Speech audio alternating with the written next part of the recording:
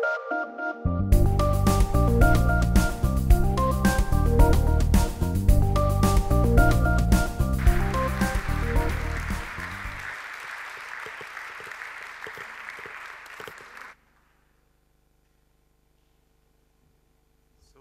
but not least, I would ask Deepa Prahalad, you have met her already today, to talk about the theme, the story of capitalism is our story.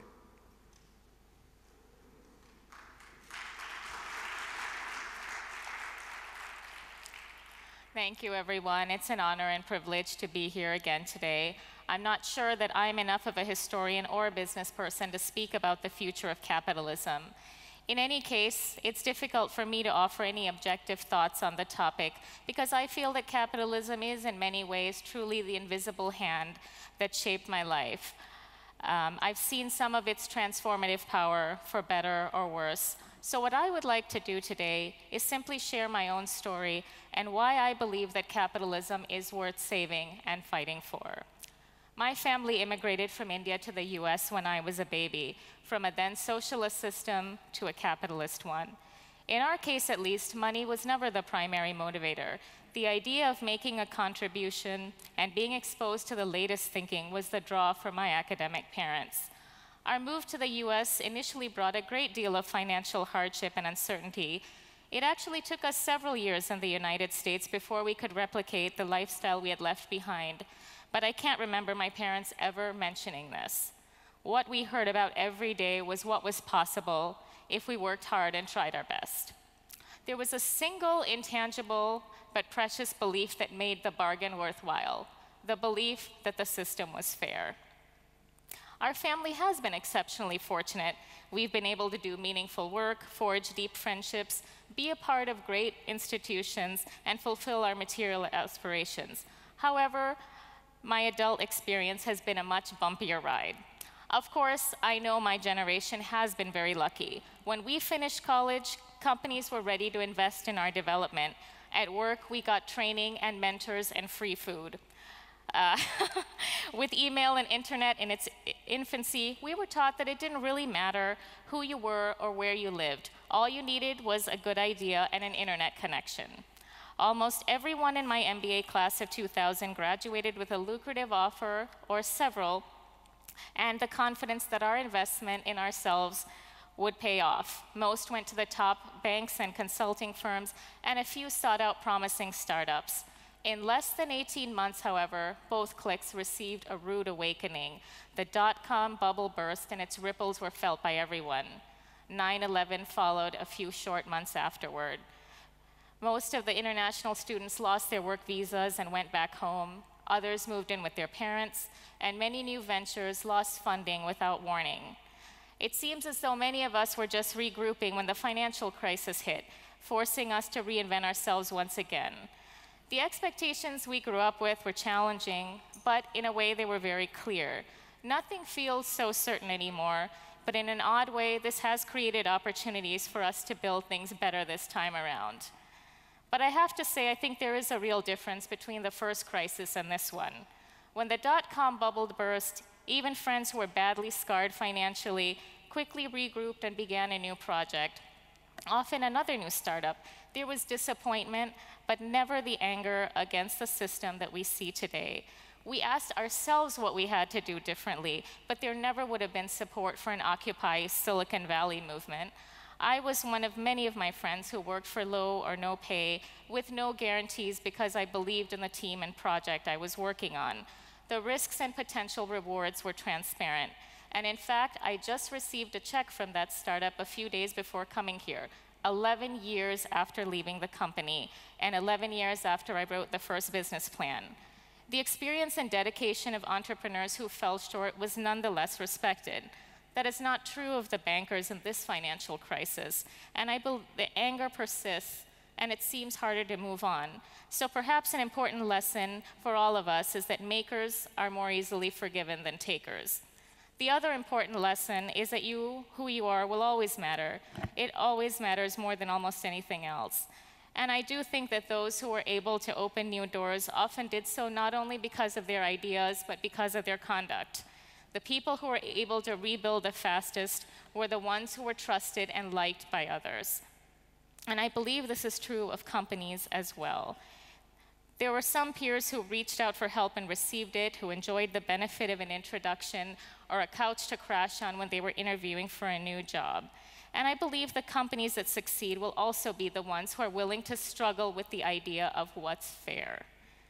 Apple had brilliant design, but it could only deliver the experience because it struggled and found a way to tap and compensate the efforts of hundreds of thousands of people outside of its company. Muhammad Yunus did not change banking because he discovered a new mathematical theorem. He began with deep empathy. I believe more business should strive to do the same.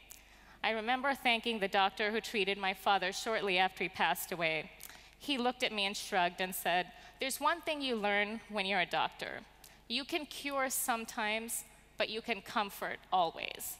I'm sure the management profession would do well to incorporate this lesson. Capitalism, for all its flaws, gives us choices. It's not a set of fixed rules that force a set of behaviors upon us, but a set of guidelines that we can innovate within. But all of us must do our part to preserve the principles of fair play. No company makes money every year, and capital is fickle. I have seen business be an engine of growth and raise aspirations, but it cannot single-handedly deliver social justice. An abiding concern for fairness, in my mind, is what will make the difference between the companies and countries that create opportunities and those that create and attract opportunists. Yet, I remain optimistic because perhaps the most unexpected but refreshing change for me is that my faith in capitalism is no longer tied only to my experience as an American. Science tells us that a concept has validity if it can be replicated.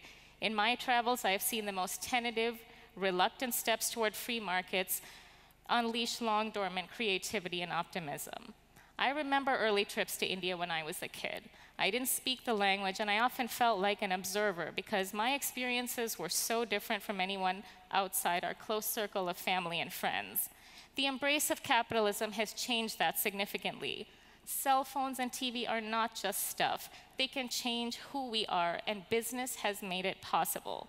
It's clear that our aspirations are shaped profoundly by what we see, and business, more than anything else, has the power to shape what we see and what we experience, for better or worse. In short order, those shared goods and services have led to shared experiences. I still don't speak the language, but I no longer feel isolated. At least in my case, those shared experiences have enabled conversations that never would have been possible when I was younger. I could lay no claim to a formula to make capitalism work better. It will certainly take the concerted effort of all of us and many others to bring about the shift that we desire. But in contemplating how to balance the short term and the long term, find meaning, orient priorities, and stay true to our values, there is one simple, wonderfully clarifying question from my father that always rings in my ears. Who would be better off because of this work? Whose life would be better if you knew the answer? I believe that clarity on this question can not only drive us toward ideas with greater impact, but give us the courage to face the inevitable challenges that arise. Socialist system that my parents left failed because it tried to impose a false outcome of equality and demeaned ambition in the process. But capitalism does the same if we focus on an outcome of wealth and neglect the process by which wealth is created.